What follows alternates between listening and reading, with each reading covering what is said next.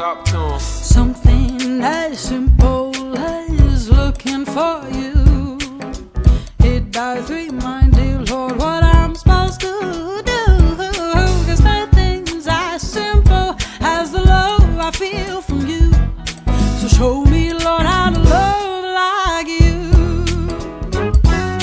Something as simple as singing your tune helps me remind myself that there's harmonies in the blues. 'Cause nothing's as simple as a love inside a tune. So show me, Lord, how to love like you. I'm gonna love, show me to love. I'm gonna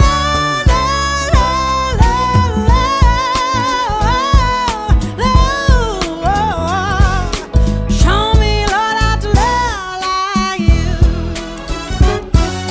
Something as simple as trusting in you gives me the time, dear Lord, to learn a thing or two. 'Cause nothing's as important as the life I live with you. So show me, Lord, how to live like you. I'm gonna love, show me to love. I'm gonna love,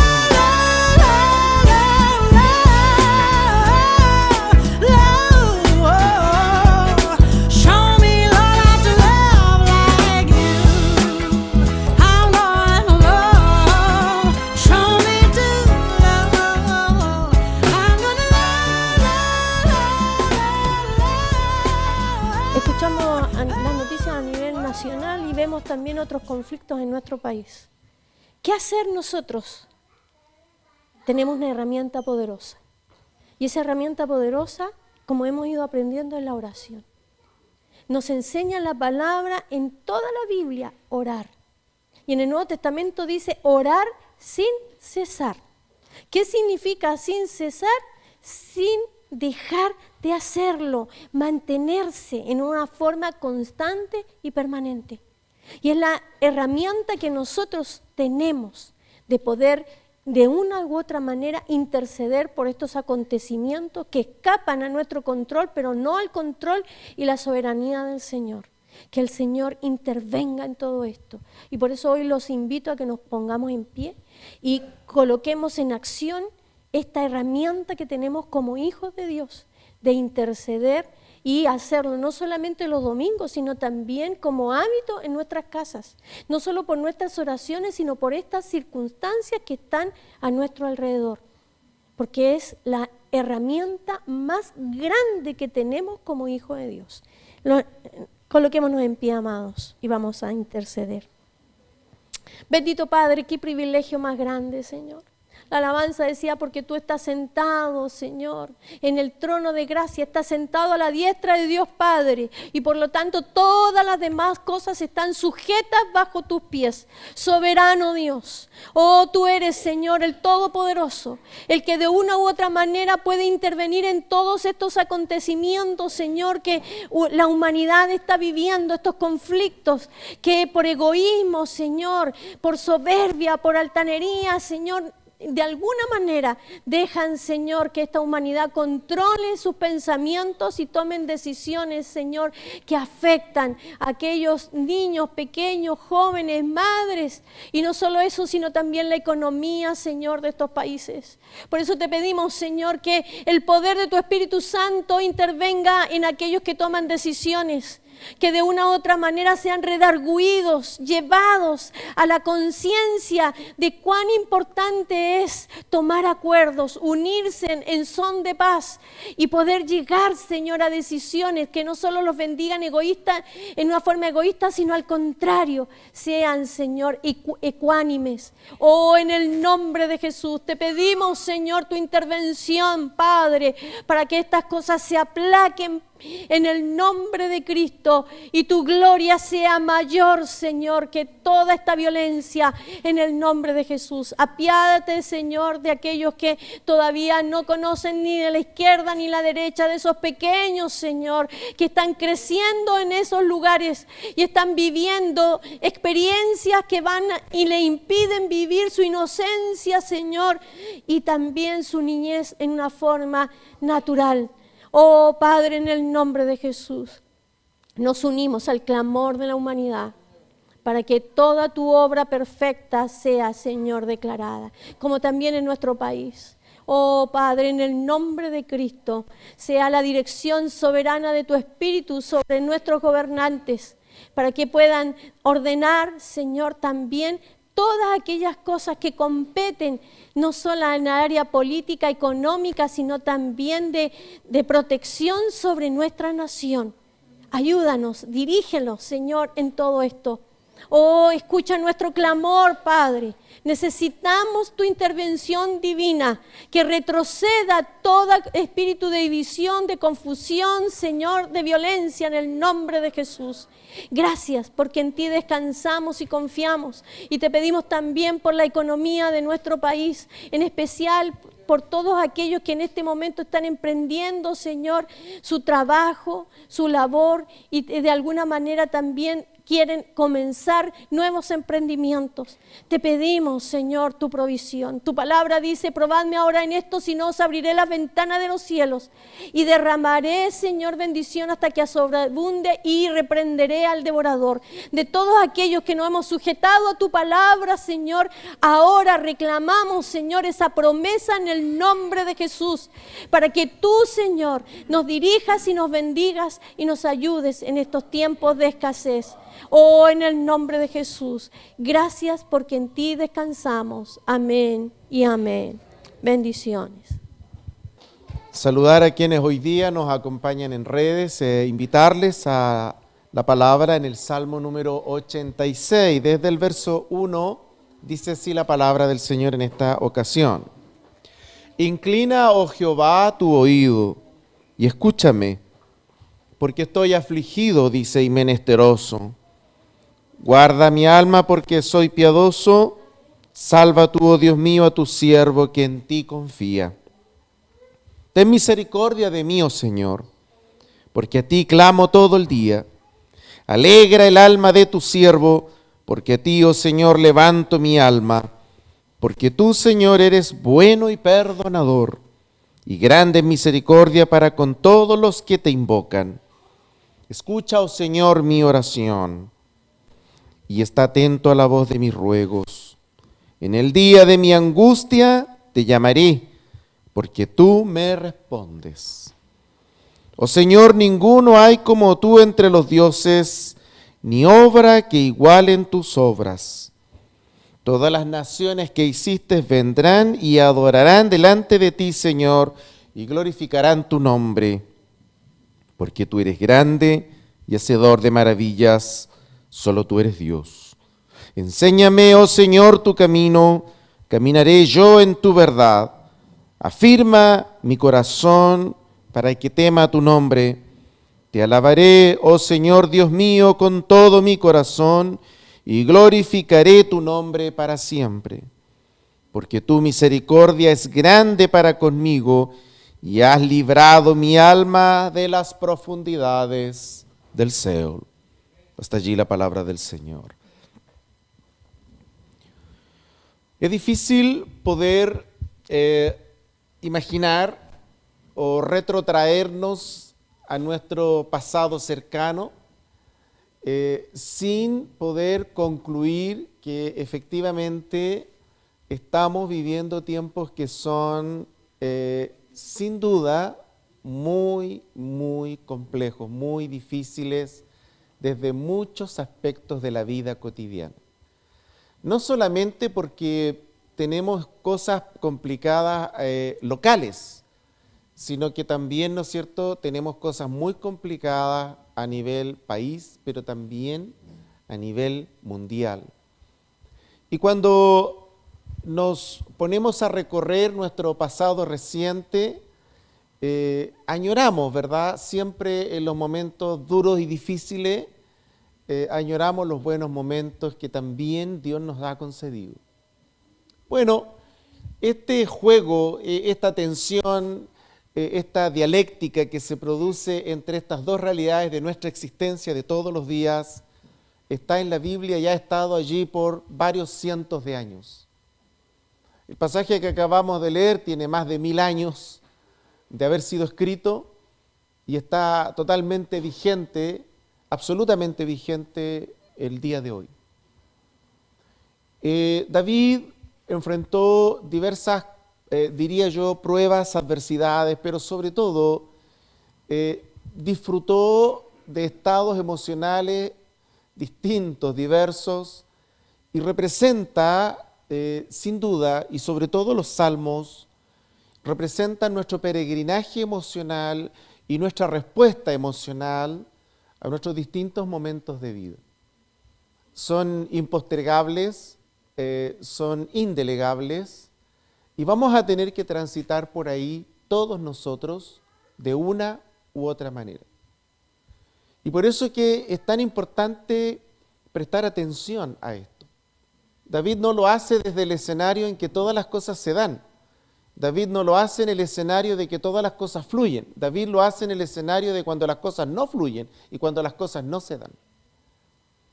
Está siendo amenazado, sobre él pesa una persecución importante y las cosas no se le dan a David. Las cosas simplemente no se le dan. El cielo se cerró para David.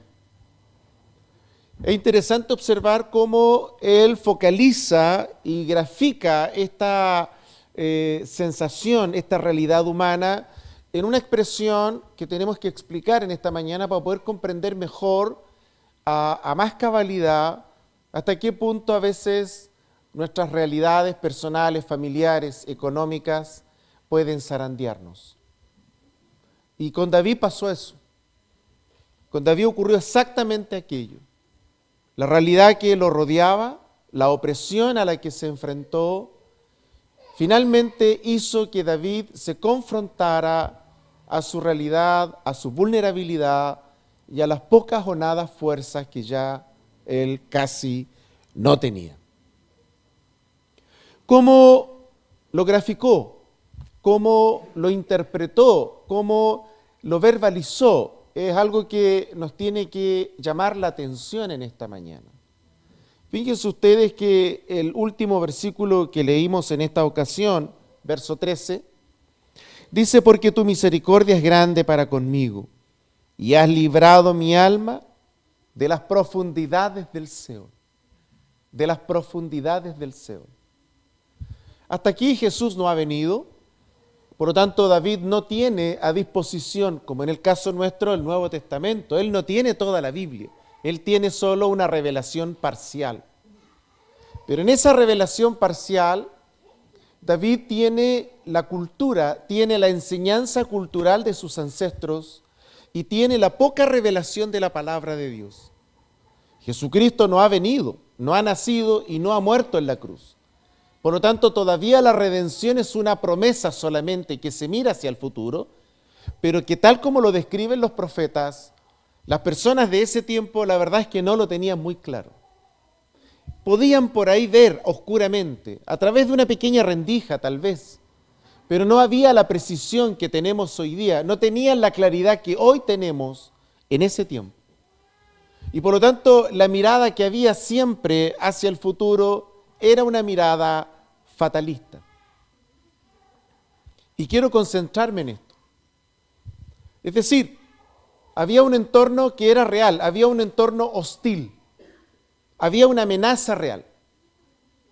Pero fuera de esa amenaza real que ya castigaba su existencia y que ya, ¿no es cierto?, horadaba su felicidad y su paz interior, adicionalmente a eso había una carga emocional, había un traspaso cultural en él que lo hacía mirar hacia adelante no con ojos optimistas, sino más bien pesimistas.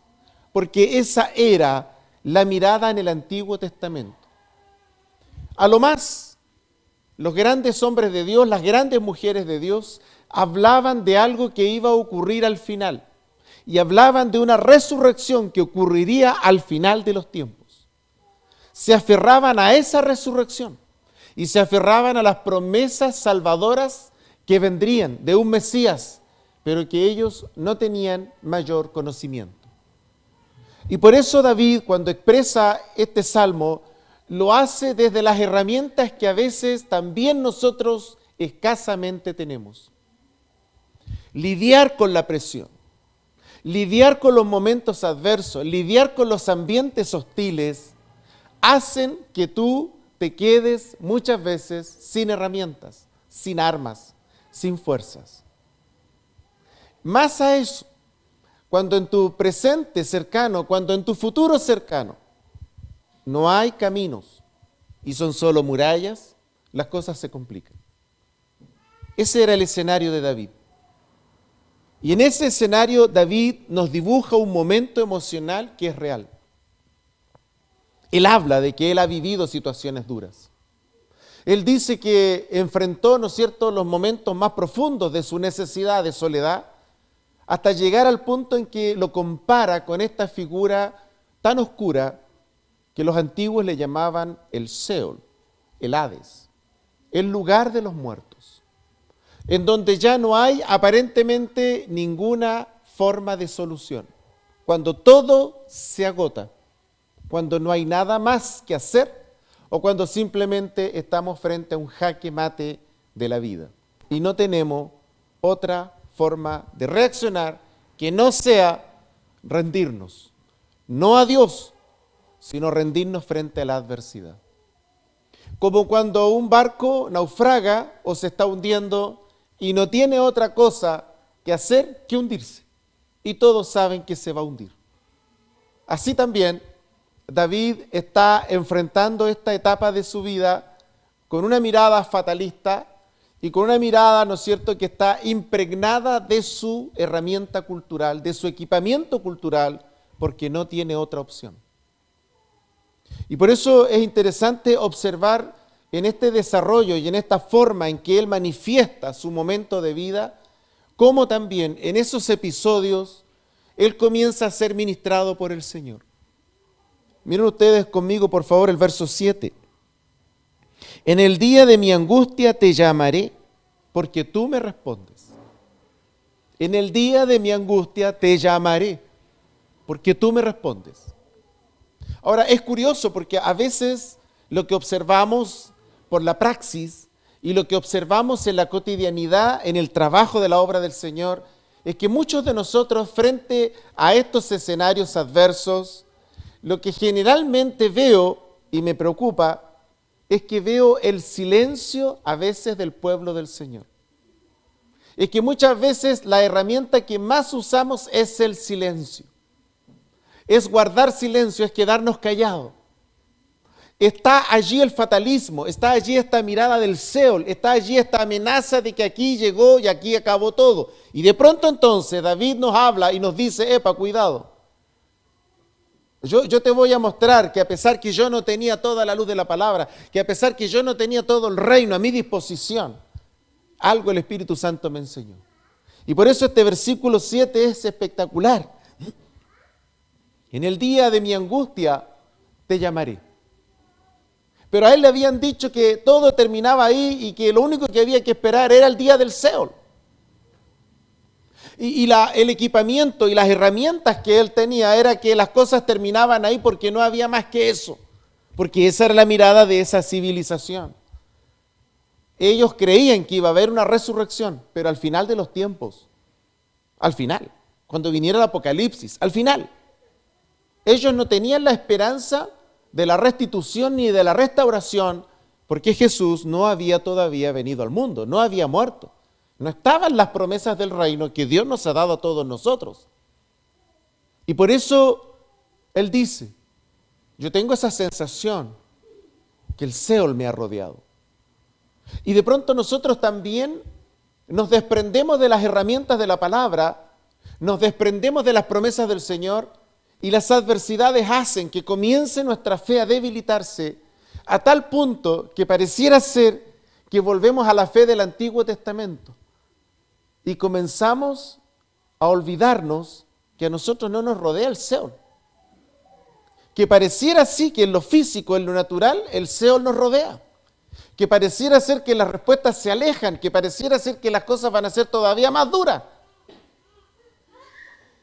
Pero miren ustedes este pasaje maravilloso. Pero yo en mi angustia te llamaré. Te llamaré. Y noten ustedes que hay una cuestión que nos pasa, y reitero, me ha tocado verlo muchas veces, que cuando enfrentamos momentos en que la montaña es 10 veces más grande que yo, lo que Dios está esperando no es mi silencio. No es que yo diga no puedo hacer nada, no tengo nada que hacer o me ponga a dormir. O trate de agachar la cabeza porque no hay nada más que hacer. No es eso lo que Dios está esperando, aunque es eso lo que a veces nos ocurre. Y que muchas veces, teniendo nosotros el equipamiento de la palabra, teniendo las promesas del Señor, a veces la sombra del Seol, a veces la cultura del pesimismo y otras veces las pocas fuerzas que ya tenemos nos hacen pensar que el Seol tiene más poder que las promesas de Dios. Y por eso es que es tan importante este pasaje. David se dio cuenta que a pesar que aún no había venido Cristo, que a pesar que no estaban reveladas las promesas del Señor, que todavía no estaba la oración como hoy día la entendemos, que todavía no estaba la ayuda del Espíritu Santo que mora en nosotros. Noten ustedes que él le pide a Dios, le dice a Dios, Dios, alegra el corazón de tu siervo. Él todavía no tiene claro que el Espíritu Santo mora en nosotros y que a través de eso está el gozo del Señor. Él no lo tiene claro. Él está diciendo, mira, a veces hay personas, hay cristianos, hay cristianas, hay hijos y hay hijas de Dios que viven su vida espiritual como que si el Espíritu Santo no morara en sus corazones. Y por eso David escribe de una forma maravillosa, miren el verso 2, guarda mi alma porque soy piadoso, salva tú, oh Dios mío, a tu siervo que en ti confía. Guarda mi alma. Está la amenaza del Seol, no tiene la palabra, tiene solo una parte, y David se resiste a ese final fatalista. David no está entregado al final fatalista de su cultura. David tampoco se entregó al final fatalista de sus pocas fuerzas. Él dijo, alegra tú mi corazón. Él dijo, salva tú mi alma. ¡Qué tremendo! Por eso es que es un hombre de Dios. Por eso es que es un ejemplo. Por eso está en la Biblia. Está en la Biblia no porque siguió haciendo lo que todos hacían en su cultura, no porque hizo lo que todos hacían en su lugar. Él hizo exactamente lo que los demás no hacían. Y por eso terminó diciendo, Señor, alegra mi alma, infunde aliento a mi espíritu, guarda mi alma. Yo veo el Seol, me amenazan, tengo riesgo de muerte, me persiguen, no tengo a dónde huir. No puedo confiar en nadie. Lo está persiguiendo el ejército de su país, dirigidos personalmente por el rey Saúl. Lo quieren matar. Es una amenaza para Saúl. Y todos quieren ver muerto. Todo el sistema quiere ver muerto a David. Un muchachito sin instrucción militar. No tiene instrucción militar. No tiene posesiones, no tiene dinero para haber armado un ejército paramilitar. Él no tiene eso. Otro relato de la Biblia nos dice qué gente era la que acompañaba a David. Era la gente desposeída, era la gente donde nadie siquiera se hubiera imaginado reclutar en un ejército formal. Era marginal, era gente marginal, sin formación, sin recursos. Pero la Biblia dice que eran los valientes de David.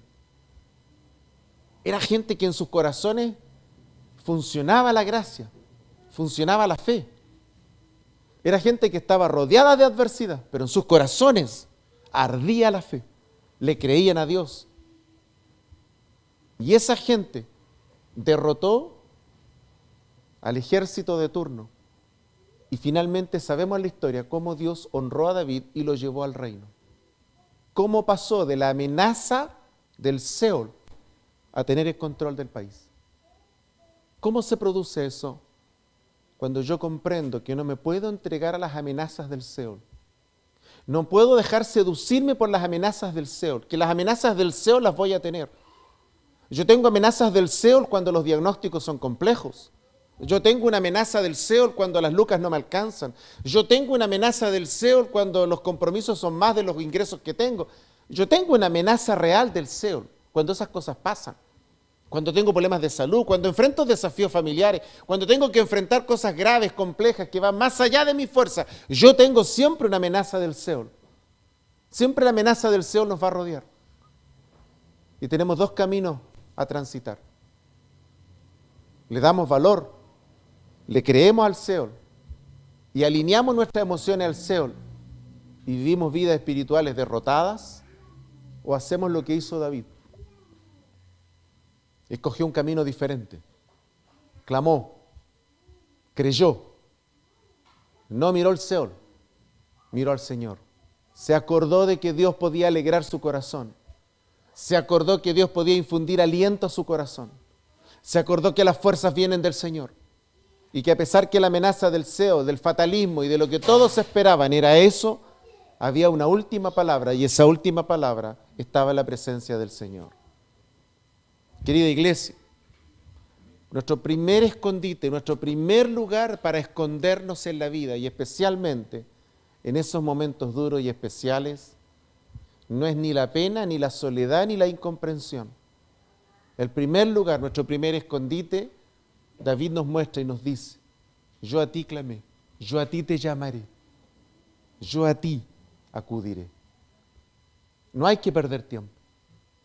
Cuando las percepciones, cuando las emociones que te embargan son tristeza, soledad, vulnerabilidad, no tienes que esperar, no hay que esperar, no hay que darle nada de tiempo a eso. Solamente esas emociones te están diciendo que el Seol te rodea, te está diciendo que la oscuridad te rodea, pero te está mostrando también que hay que reaccionar en el acto, te está diciendo que hay que hacer algo en el acto. Y a mí me sorprende cómo David, aún no teniendo toda la Biblia, lo hizo. Y por eso Dios lo premió y lo bendijo. Hoy tenemos toda la Biblia. Sabemos que la Biblia dice: por nada nos vayamos a acostar con angustia en el corazón, por nada nos vayamos a acostar con disgustos en el corazón, sino que sean conocidas nuestras peticiones, dice, delante de Dios, con acción de gracias, dice. Que no solamente doblemos rodillas para contarle a Dios nuestras cosas, sino que también le agradezcamos a Dios. No todo es pedir a Dios, también hay que dar gracias a Dios, hay que honrarlo. La salud mental viene también de ver las cosas buenas. La salud mental viene también de darnos cuenta que no es el Seol el que nos rodea. Lo que enfrentamos son solo pruebas, pero lo que de verdad nos rodea son sus bendiciones, es la gracia y es el reino. Y que estando en el reino, lo que de verdad nos rodea es la gracia del Señor. Que en esa gracia enfrentamos pruebas, las vamos a enfrentar hasta que el Señor venga por nosotros, pero ya no son semejantes al Seol. No es verdad que es el mismo escenario de David. Enfrentamos un escenario mucho mejor que David, mucho más aventajado que él, con más herramientas. Tenemos la palabra, tenemos al Espíritu Santo, tenemos la iglesia, tenemos la fe común, tenemos la ayuda mutua, tenemos la intercesión de otros. Tenemos toda la Biblia a nuestra disposición. Jesucristo ya ha muerto y tenemos todas las promesas, toda la herencia. Él dijo que somos benditos y vivimos bajo esa bendición porque hemos heredado el reino, cosa que David no entendía. Nosotros sí. Querida iglesia, dice el verso 13: y has librado mi alma de las profundidades del Seol. No entregues tu ánimo, no entregues tus pensamientos al Seol, no entregues tu futuro al Seol. Cuando tengas la percepción que te rodea el Seol, entonces la campana tiene que sonar rápido, fuerte, como una llamada de atención. Es el tiempo que rápidamente vamos de inmediato, sin perder tiempo, a la presencia del Señor. clamamos. Volvemos a hacerlo. En una ocasión Jesús necesitó hacerlo 3 veces. La misma petición, 3 veces, 1 hora cada vez. Hasta que al final le dijo a los discípulos, basta, vámonos, ya estoy listo. Recibió la fortaleza del Padre. Muchas veces nos va a tocar repetir la misma oración. No sé cuánto, ni cuánto tiempo. Pero va a ser parte del plan de Dios, la fe que hay que cultivar, como la de esa mujer que persistió, que insistió, pidiendo justicia, tal como Jesús mismo lo enseñó, en esa parábola maravillosa del juez injusto, ¿no? Del juez tardador, ¿no? Del juez que quiso dilatar la justicia para esa mujer. Pero en ese relato, lo que muestra la Biblia es que la insistencia, finalmente produjo la acción de Dios. No te dejes dominar por el Seol. No te dejes intimidar por el Seol. Reemplaza esa amenaza por insistencia, por perseverancia. 1 vez, 2, hasta que veas la respuesta del Señor. Esa respuesta del Señor te llevará a decir las mismas palabras que dijo finalmente David. Enséñame, oh Señor, tu camino, caminaré yo en tu verdad. Afirma mi corazón para que tema tu nombre. Afirma mi corazón. Y por eso que es tan importante que frente a esas amenazas, cualquiera que sean, y cualquiera que sea la sombra de Seol que a veces nos rodea, nunca nos olvidemos que solamente es un llamado de atención para actuar rápidamente, velozmente, ser diligentes en la manera en cómo vaciamos nuestros corazones delante del Señor y no guardamos silencio. Porque si no hacemos eso y guardamos silencio y nos quedamos callados, la carga comienza a ser nuestra. Y cuando la carga comienza a ser tuya, el Seol comienza a agrandarse, no a achicarse. Y cuando el Seol comienza a agrandarse, la fe comienza a achicarse. Esa es una ecuación peligrosa. Hay que huir siempre de esa ecuación. Esa es la peor de todas. Y por eso David nos muestra un camino distinto. Y nos dice, ¿ves la amenaza de Seol? ¿Ves la sombra gris? ¿Ves la nube gris que se te avecina? ¿La tienes instalada sobre ti? Ve a su presencia. Dile a Dios que guarde tu corazón, que guarde tu fe, que guarde tu corazón. Porque el desaliento a veces produce que nuestros corazones se llenen de otras cosas. Y si el corazón se llena de otras cosas, van a empezar a aparecer palabras no buenas. Porque la Biblia dice que del corazón emanan, ¿no es cierto?, las buenas o las malas palabras. De tal forma que si tú descuidas esto, también tu vocabulario se va a descuidar. Si tú optas por el silencio, también tu vocabulario se va a afectar. Y por eso dice que frente a las amenazas del Seol, David fue rápidamente, invocó al Señor, le pidió que guardara su corazón y finalmente le dijo al Señor, Señor, eres tú, no es el sistema, no es una cosa fortuita. Señor, finalmente eres tú el que tiene que encargarse de esto que yo no puedo manejar. Querida iglesia, es difícil pensar de verdad que 5 o 6 años atrás nos hubiéramos siquiera imaginado vivir un momento tan especial, tan complejo como el que hoy estamos viviendo. Pero a Dios no lo ha pillado por sorpresa. Y quisiera invitarlos para que sea la palabra y especialmente la historia de este hombre y la forma como enfrentó sus momentos de Seol, que nos permita comprender que cada vez que nos vemos abrumados, abrumadas, es el momento de doblar rodillas, invocar su gloria, no quedarnos callados, no quedarnos calladas, no guardar silencio. Si vas a llorar, llora delante de su presencia. Si quieres evacuar tus emociones, hazlo, pero hazlo delante de su presencia.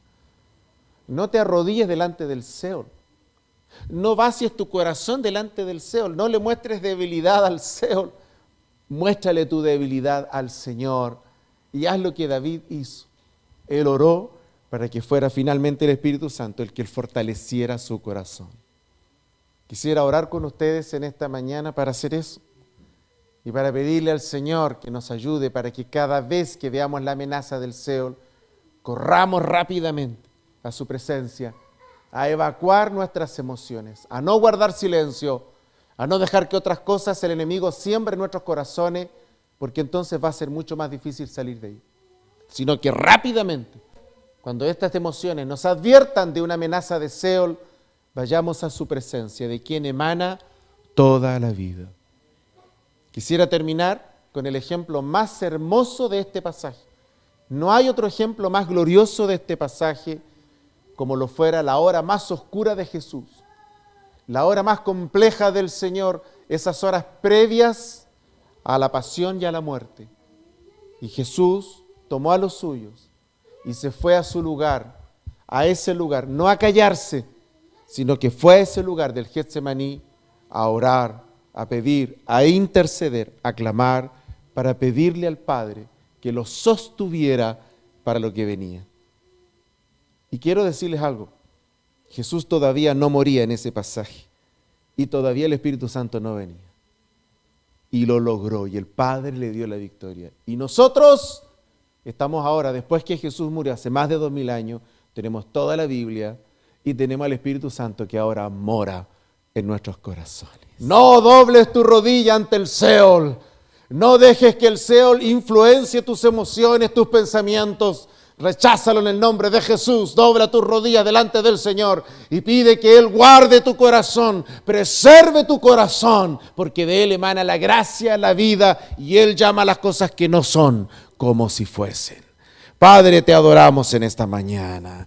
Gracias por tu voz maravillosa, gracias por tu palabra, gracias por el ejemplo de tu siervo David y gracias por mostrarnos a través de él, Señor, la manera en cómo él conoció, aprendió, entendió y tú te revelaste a él, aún no estando toda la palabra, para poder enfrentar, Señor, el día en que esa sombra del Seol a veces también rodea nuestra existencia, amenaza nuestras casas, amenaza nuestra salud, amenaza nuestra realidad familiar, amenaza nuestros empleos. Señor, cuando eso ocurre, Señor, en esta jornada maravillosa, tenemos la palabra, la gracia de la palabra, para doblar rodillas, clamar delante de ti y rogarte a ti que nos muestres tu gloria una vez más. Muéstranos tu brazo poderoso una vez más y tu presencia ministre en nuestros corazones. De ti venga la fuerza, la autoridad, la gracia, la capacidad para mantenernos en pie delante de ti, solo puede provenir de ti. Y por eso oramos en esta mañana, para que esa fuerza y esa gracia que viene del trono de tu gracia sea una realidad tangible, la podamos disfrutar, podamos reposar y descansar delante de ti en esta jornada. Para la gloria de Jesús te lo pedimos. Amén.